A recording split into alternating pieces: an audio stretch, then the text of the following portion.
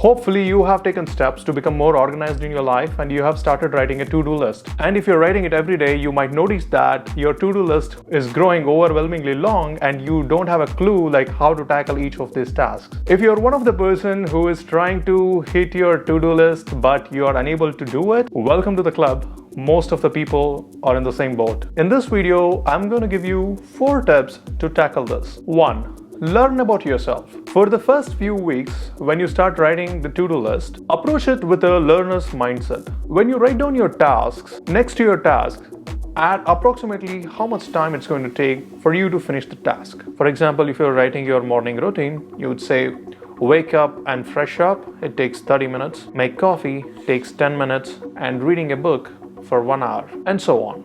You can write like that. And every time you finish the task, make a note of how much time you actually took to do the task. Do this exercise for at least a week to understand the gap between your assumption and your reality. Many tasks that you might think are taking less time would actually be eating up your day, and some tasks which you think are very complicated would be surprisingly taking less time. This is going to be a fun learning for you, and this will help you to become a better planner going forward. This is very important to understand yourself. Spend time understanding the gap between your thought or assumption and the reality. Once you have the list of tasks and time needed to complete each of these tasks, the next thing what you have to go and do is to put it on your calendar. This is very important. Scheduling will nudge you to do the task at the right time. Approach this also in learner's mindset and see what schedule works for you and what needs change. When you begin scheduling, it's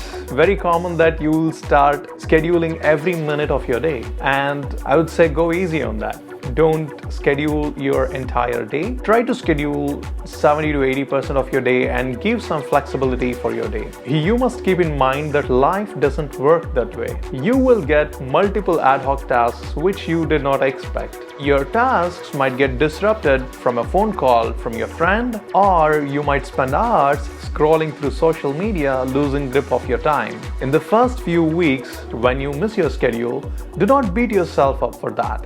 Instead, learn about yourself. Make a list of all the distractions and disruptions which is causing you not to follow your schedule, and create a plan to overcome them. For example, I started doing a simple thing. Keeping my phone in the other corner of the room, just making it inaccessible from where I sit, increased my productivity many times and helped me to focus. Do small experiments and see what can help you to increase your productivity and start applying them regularly. And you could see slowly you will start sticking to your schedule, and over the period of time it becomes very natural to you to stick to your schedule. Third tip, start your next task before you take a break. The idea here is, let's say you have 2 tasks which you have scheduled one after the other, and you have scheduled a break in between. This would disrupt your plan, because once you finish your first task, you have that reward of completing a task, and then you're taking a break, and to start the second task you have to push yourself. You have to get that boost of motivation, or you'll have to use your willpower to get back and sit and do your second task. Instead,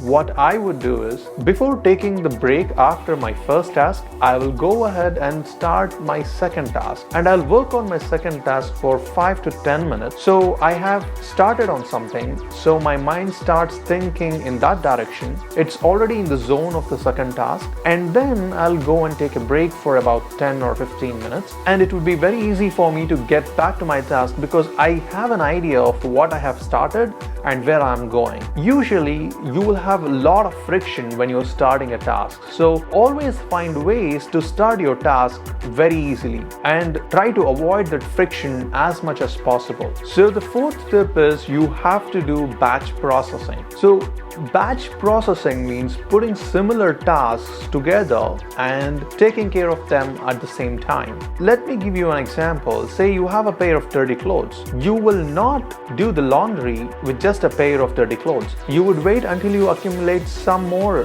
pairs of dirty clothes, and then you will do your laundry together. Because doing the laundry for 1 pair or 10 pairs would actually take the same time. So it's better to batch things together so that you will save time doing the same task, time and energy which is required to switch from one kind of task to another kind of task. You can save on that. It becomes very smooth if you process things in batches. And also every day keep looking for the ways you can increase the efficiency of your batch processing. These are the tips which has helped me to stick to my to-do list, and I hope these tips will help you too.